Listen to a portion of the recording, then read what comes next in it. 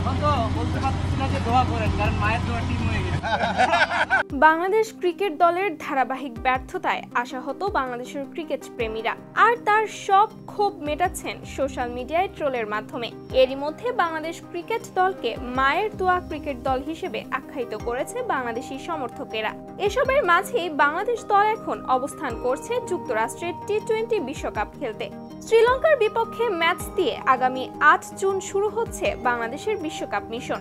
সেই ম্যাচের আগে ব্যাটে বলে নিজেদের ছালিয়ে নিচ্ছেন স্কোয়াডে থাকা ক্রিকেটাররা। যুক্তরাষ্ট্রের মাটিতে বিশ্বসেরা অলরাউন্ডার সাকিব আল হাসানকে পেয়ে সেলফি তুলতে ব্যস্ত হয়ে পড়েন ভক্তরা। প্রিয় তারকার সঙ্গে মুহূর্তটা ফ্রেমবন্দি করে রাখলেন বিশ্বকাপ কভার করতে যাওয়া সাংবাদিকরা। সেই সময় টুর্নামেন্ট নিয়ে শুভকামনা জানাতেই সাকিবের রসিকতা, আমরা তো মায়ের দোয়া টিম হয়ে গিয়েছি, দোয়া চাওয়া বন্ধ করে দিয়েছি। এখন তো বলতে পারছি না যে দোয়া করেন, কারণ মায়ের দোয়া টিম হয়ে গেছে। সাকিবের এমন কথায় রীতিমতো হাসির রোল উঠল। এমন একটি ভিডিও সোশ্যাল মিডিয়ায় ছড়িয়ে পড়েছে। বুধবার অনুশীলন শেষে সাংবাদিকদের সঙ্গে এমন রসিকতায় মেতেছিলেন সাকিব আল হাসান। এদিন অনুশীলনে বেশ চনমনে মনে হয়েছে সাকিবকে।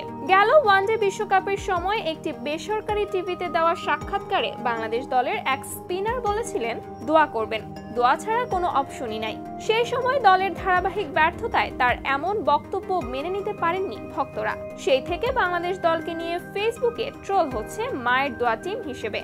দলের পাশাপাশি সময়টাও খুব একটা ভালো যাচ্ছে না সাকিবের। ব্যাটিং এর পাশাপাশি বোলিং নিয়েও ভুগছেন এই অলরাউন্ডার। তাই বিশ্বকাপে ভালো করতে হলে দ্রুত সাকিবের ফর্মে ফেরাটাও জরুরি।